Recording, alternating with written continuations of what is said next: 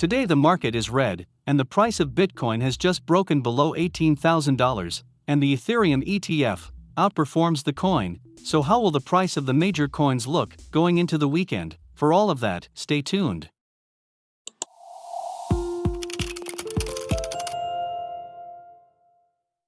Let's take a look at the Bitcoin news.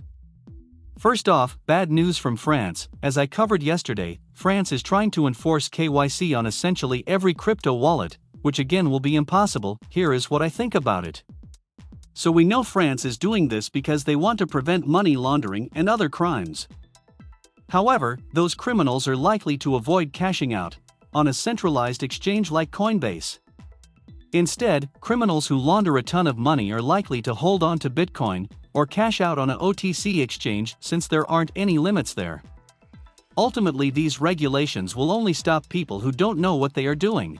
In other news, Massachusetts Mutual Life Insurance Company is jumping into the institutional Bitcoin game with a $100 million investment in Bitcoin and a $5 million equity stake in NYDIG. Their reason for doing this was to seek exposure to the digital world. So if a life insurance company is buying Bitcoin, that is all the more reason for you to do it. Moving on, every downturn in history has ended in an upturn, says Acorn CEO, and if we look at when Bitcoin was around $3,000, about a year ago, this couldn't be more true.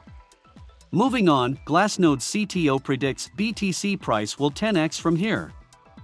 If you know Glassnode's Raphael Schultzecraft, he predicted the price of Bitcoin will exceed $200,000, and if you follow his Twitter, he tweets his technical analysis to support his claim.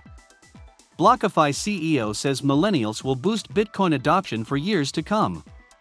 This statement is true because paying with crypto will be more beneficial with time to come, especially with all the staking platforms and card rewards. It is only beneficial to use crypto instead of fiat, and younger people are willing to take this risk. With all of that being said, let's move on to options news. As this is Friday, there are many Bitcoin options set to expire today, so how does it look?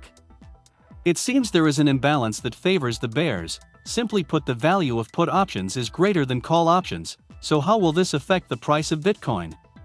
The price of Bitcoin is likely to pull back, as it usually does on Fridays, going into the weekend close of institutions. Moving on to Ethereum news, a Ethereum ETF launched on the Toronto Stock Exchange. This debut was so successful that the ETF traded into a halt. The price of the ETF actually close in the green with a 2.5% gain for the day, which was better than Ethereum, that ended the day with a loss of 0.5%. This gain is to be expected since many investors want a regulated ETF for investing in cryptocurrency. In other news, MetaMask is trying to attract more institutions into the world of DeFi, with the upcoming launch of their enterprise version. And with this version, institutions will have the opportunity to use features such as swaps tokens, borrow, lend, and invest in Ethereum applications.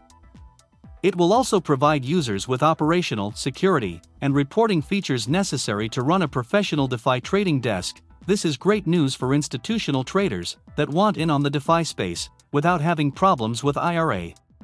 Now let us look at the price of Bitcoin. Bitcoin seems a little bearish right now, and has just broken below this downward channel. This is to be expected, and if it doesn't break above $18,500 by Monday next week, I doubt that it will retest $19,000 next week. This is still a cup and handle formation. Also, it is very likely to see a move towards the all-time highs. For short-term traders, I do think that the price can dump down to $17,200 before it attempts to break $18,000 at the end of the week. Now let's take a look at Ethereum. The price of Ethereum has fallen as well, and is also trading in a cup and handle formation. As you can see, the price has broken below this triangle as well. The price of Ethereum is headed for the low 500s, but with how ETF is moving, it all comes down to time. So, when we exit this sideways trading or accumulation period, Ethereum will moon. Moving on to Ripple, I still think it can dump to 0.053. In the past week, I expected something good to happen after the Spark airdrop revelation. However, it doesn't look like much. Once again, we see the cup and handle formation and the break below this symmetric triangle. However, this is just a slight pullback. So once again, buy the dip. With that being said, that's all for today's analysis.